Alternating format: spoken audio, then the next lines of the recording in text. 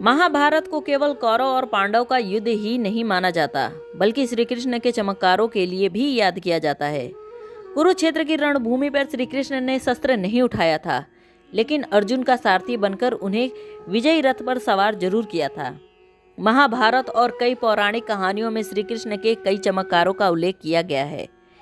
श्री कृष्ण के इन्हीं चमत्कारों में से एक चमत्कार है कि उन्होंने मृत्यु को प्राप्त हो चुके लोगों तक को जिंदा कर दिया था। अभिमन्यु के पुत्र परीक्षित को जीवित करने की कहानी बहुत प्रचलित है, लेकिन क्या आप जानते हैं कि परीक्षित के अलावा भी श्री कृष्ण ने 9 लोगों को जिंदा किया था? आइए जानते हैं महाभारत की यह अद्भुत कहानी। अर्जुन की चौथी पत्नी नागकन्या उल्पी थी। नियम के अनुसार जब द्रौपदी युधिष्ठिर के कक्ष में थी तो अर्जुन गलती से उनके कक्ष में चले गए थे। इस कारण से नियम के अनुसार अर्जुन को 1 वर्ष का दंड मिला और उन्हें राज्य छोड़कर जाना पड़ा। तब अर्जुन नागलोक में उल्पी से मिले। इससे पहले अर्जुन की तीसरी पत्नी चित्रांगदा से एक पुत्र हुआ था, जिसका नाम बभ्रुवाहन रखा गया, लेकिन अर्जुन को पता नहीं था कि बभ्रुवाहन उनका पुत्र है।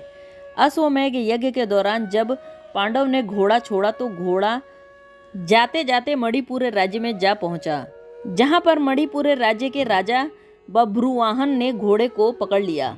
इसके बाद अर्जुन भी वहां पहुंचे, जहां दोनों के बीच युद्ध हुआ। तब बभ्रुवाहन ने कामाख्या देवी का अस्त्र उठाकर अर्जुन का सिर धड़ से अलग कर दिया। इस घटना के बाद नागकन्या उल्पी को ज्ञात हुआ कि अर्जुन अपने पुत्र के हाथों मारे जा चुके हैं।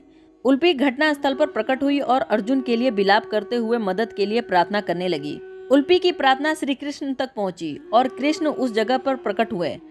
अर्जुन को मृत अवस्था में पड़े देखकर श्री कृष्ण ने उल्पी से नागलोक से नागमणि लाने के लिए कहा। नागमणि और अपनी शक्तियों का प्रयोग करते हुए श्री कृष्ण ने अर्जुन का सिर धड़ से जोड़कर उन्हें फिर से जीवित कर दिया। अश्वत्थामा को जब अपने पिता द्रोणाचार्य की मृत्यु का समाचार मिला तो अश्वत्थामा को बहुत क्रोध आया और उसने क्रोध में आकर पांडवों की तरफ ब्रह्मास्त्र चला दिया। श्री कृष्ण ने ब्रह्मास्त्र को पांडवों की तरफ आते हुए देखा तो उन्होंने ब्रह्मास्त्र को वापस अश्वत्थामा की ओर मोड़ दिया। यह देखकर अश्वत्थामा घबरा गया और उसने अपनी जान बचाने के लिए ब्रह्मास्त्र को अभिमन्यु की पत्नी उत्तरा के गर्भ की ओर मोड़ दिया। उत्तरा के गर्भ में एक अभिमन्यु का शिशु पल रहा था। ब्रह्मास्त्र के प्रभाव से उस शिशु की मृत्यु हो गई। यह देखकर भगवान श्री कृष्ण ने उस शिशु को फिर से जिंदा कर दिया और आगे जाकर इस शिशु ने राजा परीक्षित के रूप में पांडव का शासन संभाला। पुनर्दत्त संदीपनी ऋषि के पुत्र थे। श्री कृष्ण और उनके भाई बलराम ने गुरु संदीपनी के आश्रम में ही शिक्षा ग्रहण की थी। जब शिक्षा समाप्त हुई तो श्री कृष्ण ने गुरु संदीपनी और उनकी पत्नी से गुरु दक्षिणा में कुछ मांगने को कहा। तब शोक में डूबे माता पिता ने श्री कृष्ण से उनके पुत्र पुनर्दत्त को लौटाने के लिए कहा। वास्तव में पुनर्दत्त एक दुर्घटना में मर चुका था। तब श्री कृष्ण ने गुरु पिता और गुरु माता को गुरु दक्षिणा देने का वचन दिया और यमलोक में यमराज के पास पुनर्दत्त के प्राण लेने के लिए चले गए। यमराज ने जगत के पालनहार को अपने सामने देखा तो उन्हें नमन करते हुए पुनर्दत्त के प्राण लौटा दिए। तब श्री कृष्ण ने एक मानव शरीर का निर्माण करके उसमें पुनर्दत्त की आत्मा को प्रविष्ट कर दिया। श्री कृष्ण के भाइयों की कहानी पूर्व जन्म से जुड़ी हुई है। पूर्व जन्म में श्री कृष्ण के 6 भाई कीर्तिमान, सुसेन, भद्रसेन, ऋजु, सम्मार्दन और भद्र ब्रह्मा जी के पुत्र मारीच के पुत्र थे। इसका अर्थ यह हुआ कि यह 6 भाई ब्रह्मा जी के पोते थे।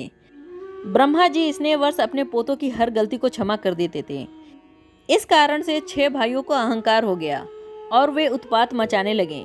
यह देखकर ब्रह्मा जी क्रोधित हो गए और उन्होंने 6 भाइयों से कहा, तुम किसी राक्षस की तरह उत्पात मचा रहे हो, इसलिए तुम्हारा अगला जन्म राक्षस योनि में ही होगा। इस कारण से इन 6 भाइयों का जन्म हिरण्याकश्यप के कुल में हुआ और एक श्राप मिला कि जिस विष्णु की भक्ति में ये सारे भाई लगे हुए हैं, इनका जन्म उनके ही कुल में होगा, लेकिन सारे एक असुर रूपी मानव के हाथों मारे जाएंगे।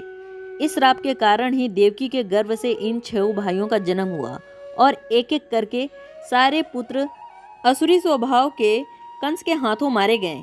इस तरह बहुत वर्षों के बाद जब श्री कृष्ण अपनी माता देवकी से मिले तो उन्होंने अपने 6 पुत्र की मृत्यु का शोक जताते हुए उनके साथ ऐसा होने का कारण पूछा।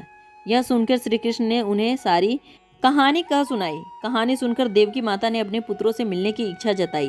तब श्री कृष्ण अपनी माता की इच्छा पूरी करने के लिए यमराज के पास गए, लेकिन यमराज ने कहा कि उनके भाइयों के प्राण उनके पास नहीं हैं। वो रसातल यानी पाताल लोक में राजा बलि के यहाँ है। तब श्री कृष्ण पाताल लोक में गए और अपने भाइयों की आत्मा को वहां से वापस लाकर सूक्ष्म शरीर में प्रविष्ट किया और देवकी माता से मिलाकर मोक्ष प्रदान किया। ऐसी और जानकारी के लिए वीडियो को लाइक करें, शेयर करें, कमेंट करें और चैनल को सब्सक्राइब करना ना भूलें। धन्यवाद।